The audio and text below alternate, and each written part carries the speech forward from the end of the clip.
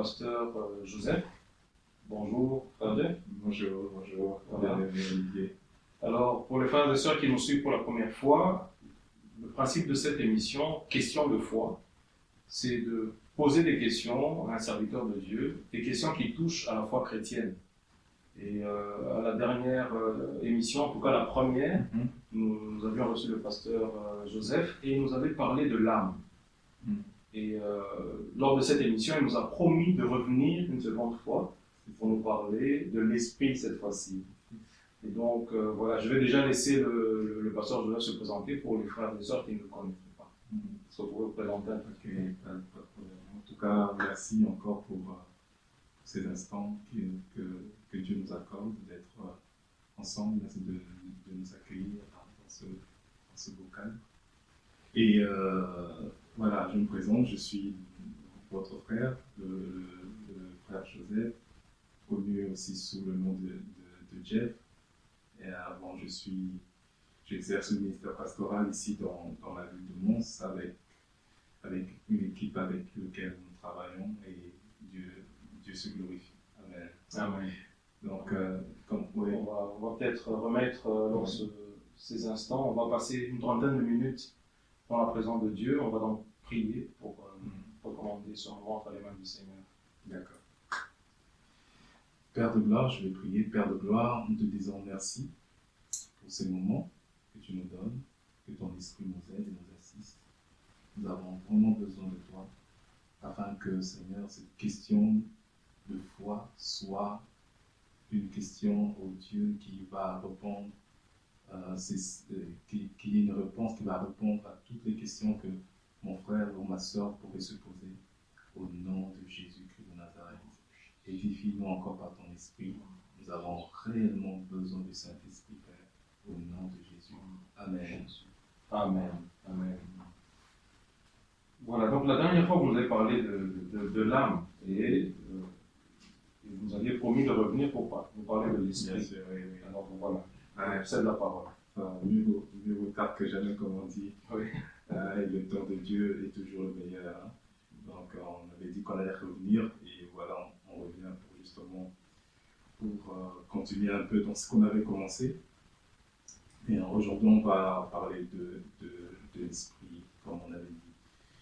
Donc, on va essayer de faire un récapitulatif un peu par rapport à l'esprit. C'est que je me souviens, on avait abordé. On avait parlé on avait commencé à parler, on a parlé de Jean chapitre 4. On va prendre le livre dans Jean chapitre 4. Voilà. Verset 23 à 24. Christ dit ceci, mais l'heure vient et elle est déjà venue où les vrais adorateurs adoreront le Père en esprit et en vérité. Car ce sont là les adorateurs que le Père demande. Dieu est esprit et il faut que ceux qui l'adorent en esprit et en vérité. Christ dit ceci, il fait une révélation très forte. Il dit, l'heure vient et elle est déjà venue. C'est comme si cette heure n'était pas encore là. Mais elle était en train de venir. Et elle était déjà là par lui, au fait. Il dit, l'heure vient, elle est déjà venue. Où maintenant l'adoration ne se fera plus comme avant. Ce sera une adoration réellement spirituelle. C'est-à-dire qu'il était déjà le cadre de la véritable adoration. Donc, du véritable culte. C'est-à-dire que le véritable culte, la véritable adoration, la véritable communication avec Dieu se fait en esprit et en vérité. Il dit, et les vrais adorateurs adoreront le Père en esprit et en vérité. Car ce sont là les adorateurs que le Père recherche. C'est que le Père recherche maintenant, c'est que les adorateurs puissent adorer le Père en esprit et en vérité. Donc, on voit encore, pour remettre ce cadre, que l'adoration, le culte, se fait vraiment d'esprit à esprit. De notre esprit qui adore Dieu, car il dit aussi, verset 24, Dieu est esprit et il faut il faut que ceux qui l'adorent en esprit, en vérité. Donc c'est une obligation. Sans cela, il n'y a pas réellement une véritable adoration. Donc, si on va aussi dans Romains chapitre 1, on avait lu dans Romains chapitre 1, verset 9.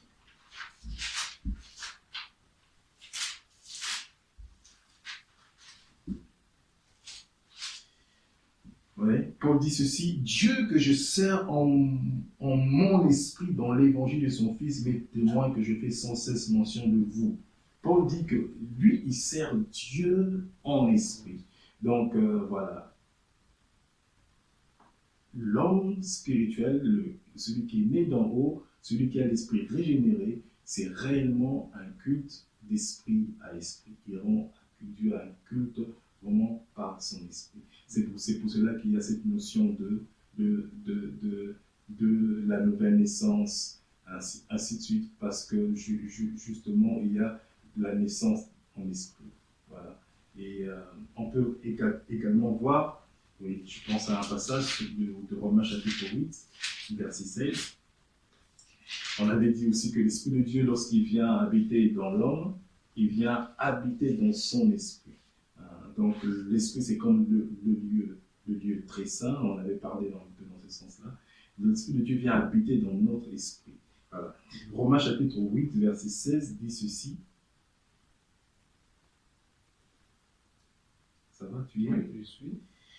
La Bible dit: l'Esprit lui-même rend témoignage à notre esprit que nous sommes enfants de Dieu. Vous voyez, l'Esprit vient parler à quel composant de notre être, à notre esprit. Il communique à notre esprit, il dit: hey, tu es enfant de Dieu. Et donc, il parle de la relation, l'intimité, c'est l'Esprit de Dieu avec notre esprit. Donc, l'Esprit de Dieu vient communiquer à notre esprit et nous atteste que nous sommes donc des enfants de Dieu. Voilà. Je ne sais pas si tu aurais une autre question en fonction de tout ceci. Oui, alors une autre question, c'est que, alors, qui peut adorer Dieu? Est-ce que tout homme peut adorer Dieu? Je veux dire, tout homme a un esprit, Oui. que ce soit un chrétien, un païen, tout homme a un esprit. Alors, du coup, est-ce que tout homme peut adorer Dieu? D'accord. C'est une question assez pertinente. Alors, on va essayer de répondre. Et pour répondre, on va essayer vraiment d'aller dès l'âge de la Genèse aussi. Parce que tout commence dès la Genèse. Mais il faut toujours aller au commencement. Allons-y dans Genèse chapitre 2.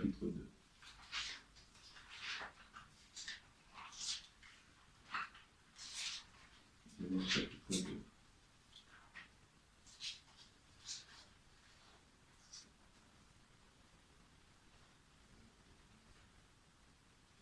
Verset 7.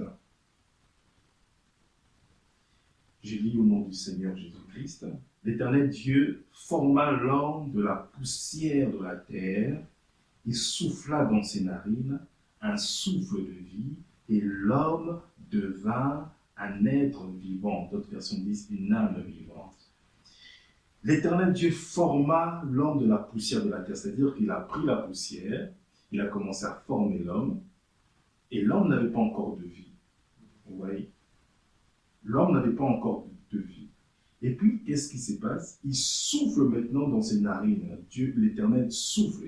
Quelque chose qui vient de lui. Il souffle dans ses narines un souffle de vie. Et une fois que le souffle est rentré dans l'homme, l'homme est devenu un être vivant. Donc, l'homme est devenu une âme vivante. Donc, l'âme, c'est comme justement cette jonction, une fois qu'il y a eu l'esprit qui est venu rentrer dans l'homme, il y a eu comme formation de l'aide de la vie dans l'homme, il y a eu alors l'apparition par ce phénomène de l'âme de l'homme. Donc c'est-à-dire que on comprend par là que l'homme, pour qu'il vive, pour qu'il ait la vie, il faut qu'il ait le souffle. Vous voyez? Donc Dieu a soufflé. Souffle ici, donc c'est en hébreu roua. Donc Dieu a soufflé, il y a eu le roua de l'Éternel qui est rentré dans l'homme, le souffle de Dieu, et l'homme est devenu une âme vivante. Donc sans l'esprit, il n'y a pas de vie. Jacques même nous le dit dans Jacques chapitre 2. Jacques nous dit ceci. Jacques chapitre 2, verset 26.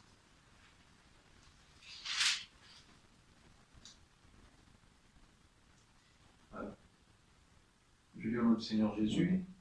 Comme le corps sans esprit est mort, de même la foi sans les œuvres est morte. Oui, très bien. Comme le corps sans esprit est mort, le corps qui n'a pas d'esprit est mort. Donc, Adam qui était formé sans l'esprit, Adam n'avait pas de vie. Mais une fois que l'Éternel a soufflé son souffle, et Adam a reçu la vie. Et ici, le corps sans, certaines versions ont traduit même par le corps sans âme, mais en réalité c'est esprit, parce que en grec c'est pneuma. Pneuma c'est réellement le souffle, le vent, la respiration. Donc le corps sans esprit est mort, de même que la foi sans les œuvres est mort. Donc un corps qui n'a pas d'esprit, c'est un corps qui est mort. Donc c'est-à-dire que tous les êtres humains ont un esprit. Mais tous ne peuvent pas adorer Dieu par leur esprit. Vous voyez, c'est quoi en fait ce phénomène? Vous voyez, quand l'homme a été créé, on a vu que Dieu a soufflé son esprit dans l'homme. Le souffle que Dieu a soufflé, c'est l'esprit de Dieu. Ouais. Non, en fait, c'est l'esprit de Dieu, c'est l'esprit de l'homme que Dieu a communiqué. En fait, c'est l'esprit qui vient, c'est l'esprit de l'homme, mais c'était un esprit qui avait en elle-même l'empreinte, l'essence, la nature. Au fait, il y avait, comme on dit, une communion, une communication directe, un package avec l'esprit de Dieu. Vous voyez un peu. Okay. C'est pour cela qu'on a lu dans Jean, ce sont les adorateurs que le Père recherche. Donc le Père veut qu'on puisse retourner dans cette adoration-là. Le Père, en fait, même quand Christ a dit « il est avantageux pour vous que je m'en aille », parce qu'il faut que justement l'Esprit de Dieu revienne dans nos esprits. Parce qu'en réalité, Dieu avait ôté maintenant l'essence de son esprit, la vie de son esprit, en fait la communication entre notre esprit et en fait, qu'est-ce qui se passe? L'homme est resté comme l'esprit de l'homme était resté comme une carcasse vide, en fait. Donc, par la forme... À la chute. À la chute. Voilà. L'esprit de l'homme est resté comme une carcasse vide. Voilà. Et voilà.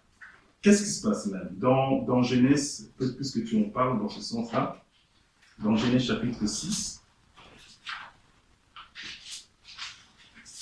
dans Genèse chapitre 6,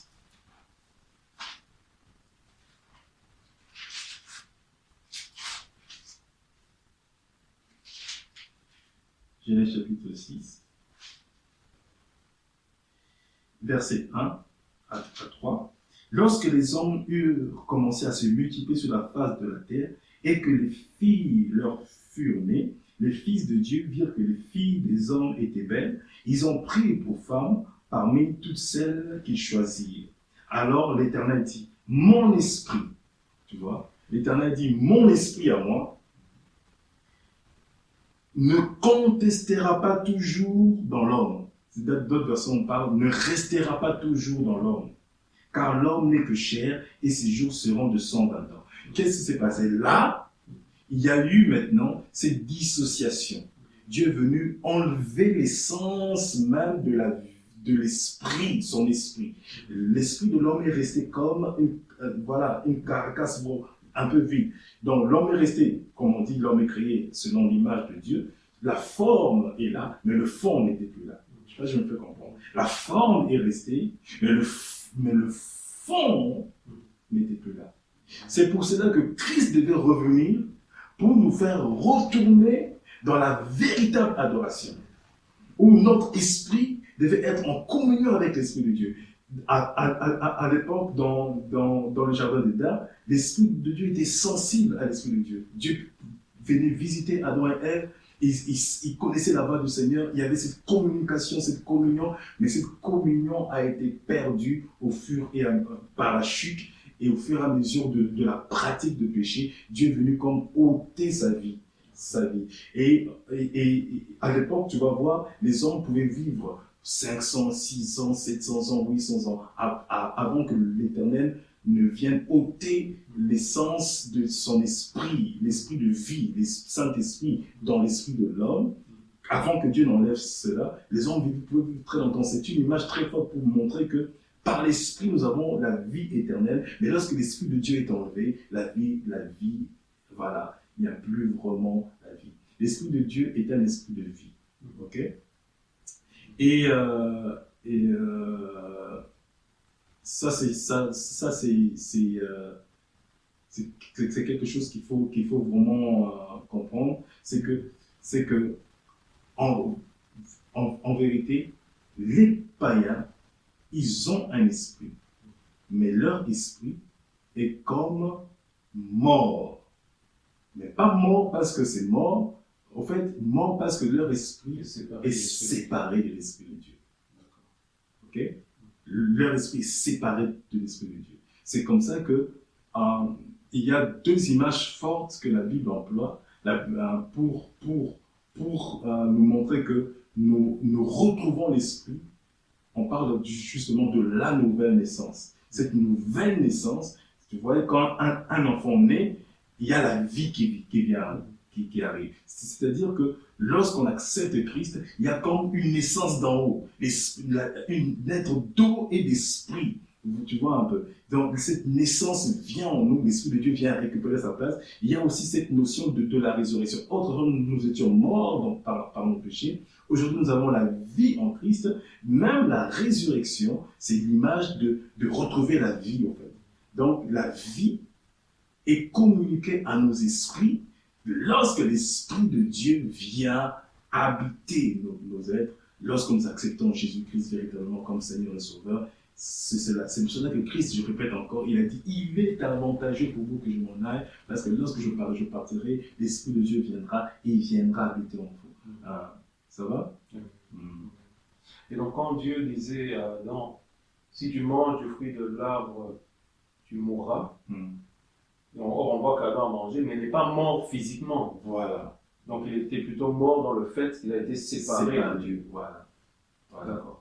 Et donc, on comprend, frères et sœurs qui nous suivez, vous comprenez aussi ce que le pasteur Joseph nous dit. Donc, les païens ont aussi un esprit, donc tout homme a un esprit, mais les chrétiens ont leur esprit qui est régénéré, c'est ça par le Saint-Esprit, lorsqu'ils naissent de nouveau, naître d'eau et d'esprit. Voilà.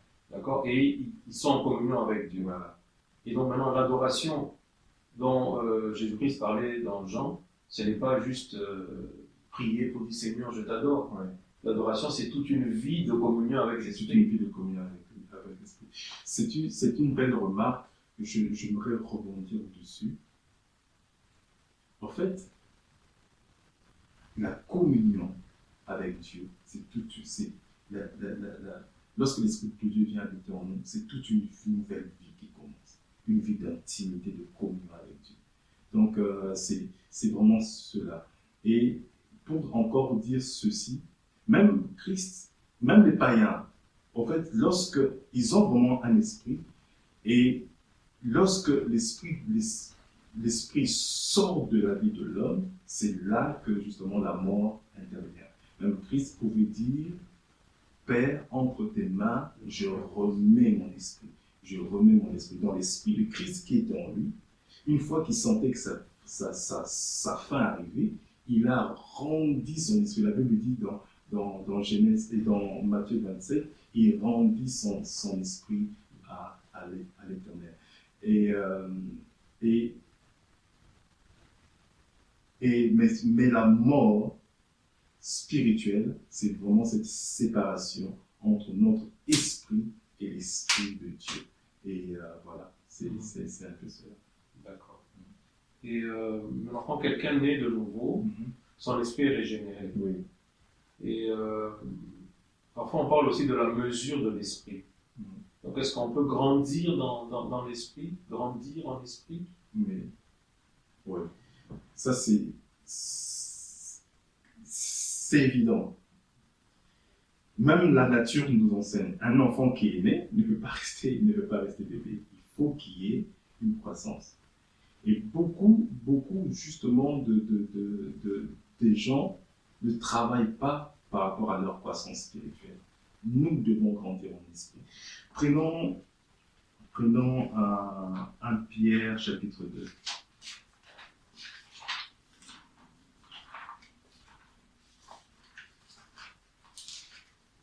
1 Pierre chapitre 2.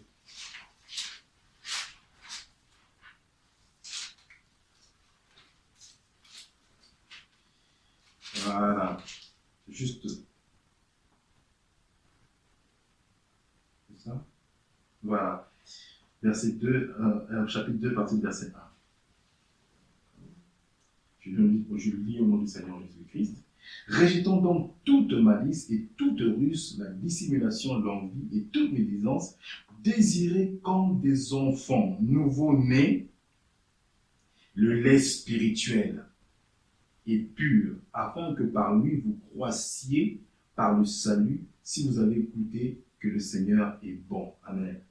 Il dit, désirez comme des enfants nouveau-nés. C'est-à-dire que, justement, il y a la vie qui commence, une nouvelle vie qui commence, nous avons reçu l'Esprit, une nouvelle vie qui commence, mais ça, ce n'est que le début. Ce n'est que le commencement qui commence. C'est que la première étape. Et Paul et Pierre ici nous parlent de lait spirituel. Alléluia, le lait spirituel. Parce que ce n'est pas un lait physique, mais c'est un lait spirituel, un lait de l'esprit, le lait de l'esprit. Et quand un enfant naît, on ne peut pas justement lui donner encore des nourritures très très solides. On commence justement par des enseignements, par la doctrine, des fondements, afin que ce chrétien puisse grandir dans la foi. Donc tout chrétien, lorsqu'il naît en esprit, il doit commencer à prendre le lait spirituel, ce lait qui est spirituel et pur, afin que par lui vous croissiez. Voilà. Afin que par ce lait, on puisse croître. Donc, tu ne peux pas être un chrétien qui ne croit pas.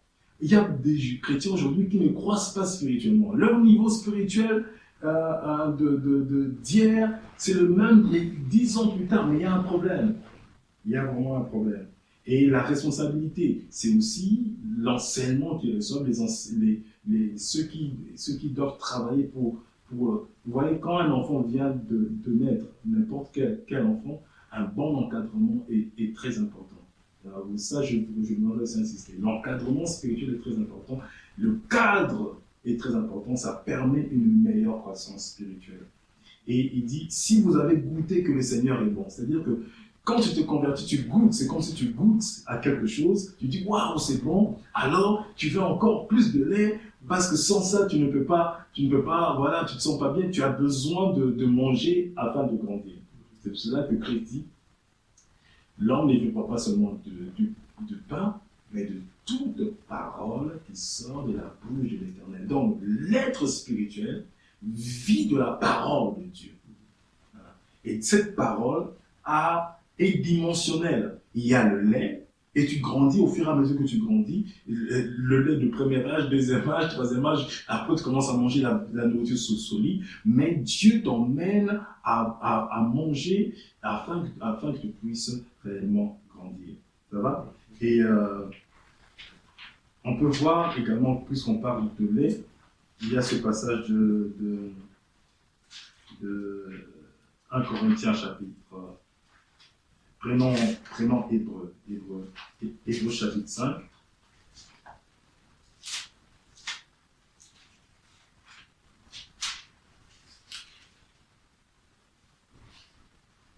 Hébreu chapitre 5.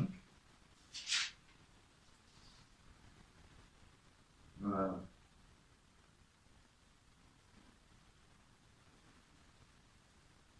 Verset 12. Vous, en effet, qui depuis longtemps devriez être des maîtres. L'auteur du livre d'Hébreux, même, il parle aux chrétiens qui devraient peut-être être des maîtres. Il dit, mais vous avez encore besoin qu'on vous enseigne les premiers rudiments des oracles de Dieu. Vous en êtes venus à avoir besoin de lait et non d'une nourriture solide. Or, quiconque en est au lait n'a pas l'expérience de la parole de justice. Quiconque demeure encore au lait n'a pas l'expérience d'une parole de justice, de plus grandes révélations, de plus grands oracles. Il veut dire par là. Car il est un enfant. Mais la nourriture solide est pour les hommes faits, pour ceux dont le jugement est exercé par l'usage à discerner ce qui est bien et ce qui est mal. Amen. Et un homme, justement, qui grandit spirituellement, j'aimerais insister par là, c'est un homme qui commence à voir quelque chose de particulier. Le discernement. Son intuition spirituelle grandit.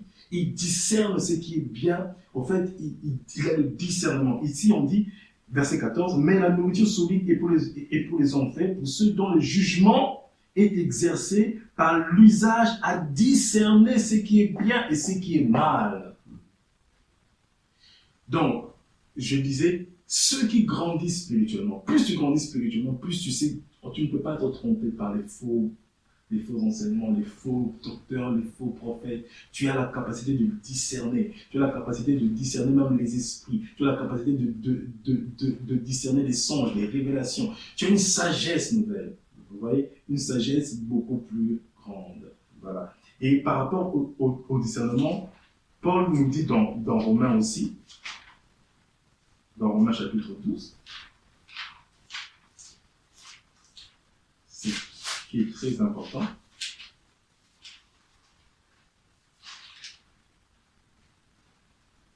Il dit quoi, Paul dit ceci. Je vous exhorte donc, frères, par les compassions de Dieu, à offrir vos corps comme un sacrifice vivant, saint et agréable à Dieu, ce qui sera de votre part un culte raisonnable. Ne vous conformez pas au siècle présent, mais soyez transformés par le renouvellement de l'intelligence, afin que vous discerniez. Vous voyez un peu? Donc, quelqu'un qui ne se conforme pas au siècle présent, mais qui est transformé par le renouvellement de son esprit, le renouvellement de l'intelligence, c'est esprit au fait, le renouvellement de son esprit. Donc, il y a un renouvellement. Donc, un chrétien se renouvelle quotidiennement, perpétuellement. Il dit, dans notre pain quotidien, il dit, ne vous conformez pas au siècle présent, mais soyez transformés par le renouvellement de l'intelligence, afin que vous discerniez quelle est la volonté de Dieu. Pour discerner même la volonté de Dieu, la pensée du Seigneur, c'est quoi? C'est justement cette capacité de discerner nous est accordée lorsque nous sommes des êtres spirituels et nous grandissons en esprit. Voilà. Et pour répondre encore à ta question, par rapport aux païens, la question que tu as posée, la Bible dit quoi? Les païens ont comme un voile. Lorsqu'ils lisent dans 2 Corinthiens, chapitre 3, Paul dit, ils ont comme un voile qui est sur eux. Et ce voile n'est ôté que lorsqu'on rencontre le Christ. Ils ne peuvent pas comprendre les choses spirituelles, ils ne peuvent pas comprendre les choses de l'esprit parce qu'ils ont comme un voile sur eux. Et ce voile-là n'est ôté que lorsque nous rencontrons le Christ. Et lorsque ce voile est ôté, nous rentrons alors en communication, en communion avec l'Esprit de vie. Amen. Amen. Donc on comprend par là qu'un chrétien doit croître spirituellement. Il ne doit pas rester un bébé en fait. Il ne peut pas rester un bébé. Il ne peut pas rester un bébé. Et à quoi est-ce qu'on peut remarquer la croissance spirituelle d'un chrétien? Quel est l'élément, quand vous regardez en tant que pasteur, vous dites celui-là, il est en train de croître spirituellement, celui-là, il est en retard de croissance spirituelle. Voilà. Il y a ce passage qu'on vient de lire ici. Il dit, verset 2, le premier chapitre 12, verset 2. Ne vous conformez pas au siècle présent. Ne vous conformez pas au siècle présent. Mais soyez transformés. Vous voyez, un chrétien qui grandit, il est transformé tous les jours. Il ne se conforme plus au siècle présent. Tu vois? Il est transformé par le renouvellement de l'intelligence, afin que vous discerniez quelle est la volonté de Dieu. Donc c'est quelqu'un qui commence à discerner la volonté de Dieu. Il connaît la volonté de Dieu. Cette volonté-là, c'est ce que Dieu aime, c'est ce que Dieu n'aime pas. c'est que Dieu agrée, c'est que Dieu n'agrée pas. En fait, c'est un chrétien, tu vois en lui la vie de Christ, une vie de sanctification, une vie de crainte de Dieu. Tu vois? Donc, c'est quelqu'un, en fait, cette croissance-là nous emmène jour après jour à un objectif, à devenir comme le Christ. Parce qu'en esprit, nous sommes transformés, jour après jour, pour atteindre la stature parfaite qui est le Christ. Nous avons les regards fixés sur Jésus-Christ et notre esprit, jour après jour, est transformé. On peut voir c'est une belle question, dans 2 Corinthiens. Alléluia. Bénis le Seigneur pour sa présence. 2 Corinthiens.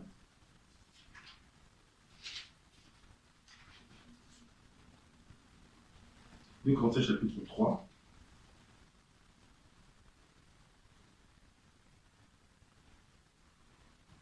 Amen. Je lis à partir du verset 14.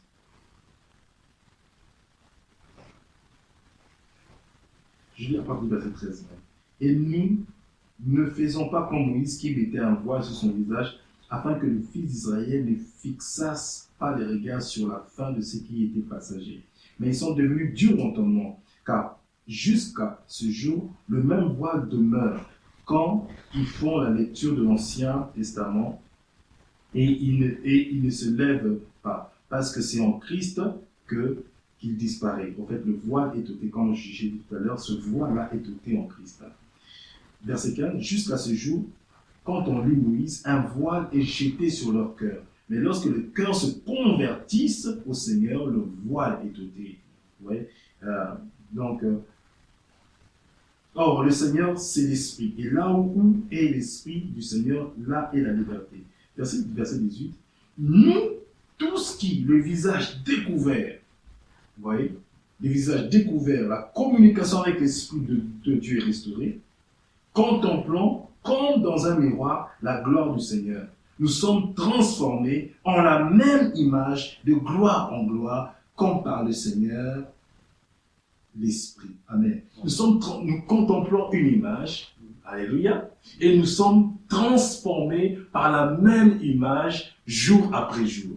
Donc cette image-là, c'est le Christ.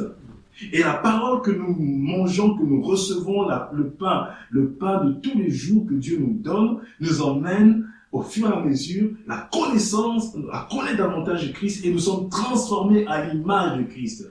Et le chrétien est appelé à croître afin de ressembler jour après jour à Jésus-Christ. Et seul le Saint-Esprit est capable de nous donner cette capacité d'être capable de ressembler, alléluia, à notre Maître. Notre Seigneur, un disciple accompli sera comme son maître. Donc, un chrétien qui ne grandit pas, c'est une grande fatalité, une très grande fatalité. Parce que la Bible dit, on a vu dans Genèse, Dieu a dit quoi? Mon esprit ne contestera pas toujours dans l'homme. Quand Dieu produit en nous la nouvelle naissance, il ne faut pas que l'Esprit de Dieu continue à contester en nous. Parce qu'à un moment donné, il vient comme ôter. La Bible dit, n'attristez pas le Saint-Esprit. Paul dit, n'attristez pas le Saint-Esprit. N'attristez pas le Saint-Esprit. N'attristez pas le Saint-Esprit. Parce que plus il sera triste, le Père peut venir enlever. Et il dit encore, n'éteignez pas l'Esprit. Donc, nous pouvons en arriver à éteindre l'Esprit de Dieu en nous. Et cela, c'est dangereux. Et alors, la vie éternelle peut réellement nous être ôté aussi facilement, parce que nous ne grandissons pas, parce que nous méprisons la marche par l'Esprit. C'est pourquoi là, Paul dit encore dans Galates, il dit quoi? Marchez selon l'Esprit et vous n'accomplirez pas les désirs de la chair. Restons en esprit, soyons des chrétiens spirituels qui marchons selon l'Esprit, et nous ne pourrons pas accomplir les œuvres de la chair, parce que les œuvres de la chair sont opposées aux œuvres de l'Esprit. Amen. Amen. Gloire à Dieu. Que Dieu soit béni. Que Dieu soit béni. Et voilà, on a atteint le temps qui était imparti. Et voilà, on comprend toute la nécessité pour un chrétien, un enfant de Dieu, de croître en esprit. Parce que finalement, on voit même que son salut, en dépend. Parce que s'il ne croit pas, il finit par éteindre l'esprit, c'est fini. Alors, est-ce que, voilà, il y a des frères et sœurs qui nous ont suivis. Est-ce que vous pouvez certainement faire une prière à Dieu pour peut-être ces chrétiens qui viennent de comprendre l'importance de croître en esprit. Et parfois, certains qui se battent, qui se rendent compte qu'ils n'ont peut-être pas suffisamment de croissance en esprit. Est-ce qu'on pouvait adresser une prière à Dieu? D'accord, des sœurs. Pas de problème. Nous allons prier avec nos frères dans le monde entier. On avait dit prier pour tous les saints. Nos frères qui sont en Afrique, en Europe, partout. Nous sommes vos frères, nous allons prier ensemble. Dans le nom de Jésus-Christ de Nazareth. Père, tu as dit n'attristez pas l'Esprit. Ô Saint-Esprit, te demandons pardon pour toutes les fois que nous t'avons attristé, que mon frère t'a attristé. Oh, Alléluia. Tu as été attristé. Oh Saint-Esprit, pardonne-nous. Pardonne ma soeur là où elle est. Pardonne mon frère là où elle est. Pardonne ton Église, oh Dieu. Pardonne les saints. Oh, Alléluia. Jésus-Christ est mort afin que tu viennes nous aider à rendre au Père un culte qui lui soit agréable. Alléluia. En esprit et en vérité. Oh Saint-Esprit, retrouve ta place dans nos vies. Retrouve ta place dans ton Église. Retrouve ta place dans ce cœur, dans cette vie. Au nom de Jésus-Christ de Nazareth. Que la communication de l'Esprit soit toujours avec nous. La communion de l'Esprit soit toujours avec l'Église, le peuple de Dieu. Celui qui écoute ce message et celui qui voit cette vidéo, Père, qu'il soit restauré dans sa communication avec l'Esprit de Dieu. Qu'il soit restauré dans sa communion avec l'Esprit, afin qu'il croisse au Dieu de gloire. Qu'il ne demeure pas seulement un enfant qui prend, Seigneur, oh mon Dieu, du lait, mais que cela grandisse et qu'il grandisse jour après jour. Dans le nom de Jésus-Christ de Nazareth. Car ce n'est ni par la force, ô Père, ni par la puissance, ô Dieu, et c'est par ton esprit, ô Père de gloire, cela nous est possible. Oh, car nous pouvons toutes choses par Jésus-Christ qui nous fortifie, par son esprit, au nom de Jésus. Merci Seigneur pour mon frère et pour ma soeur, qui est restauré dans son esprit, au nom de Jésus-Christ. Amen. Amen. Amen. Amen. Que Dieu soit béni. Amen. Merci aux frères et sœurs qui nous ont suivis. Nous croyons que vous avez été certainement bénis par ce message. Et n'hésitez pas à partager la vidéo à tous les frères et sœurs qui ont aussi besoin d'entendre ce message, comme nous venons de l'entendre de la part du Seigneur.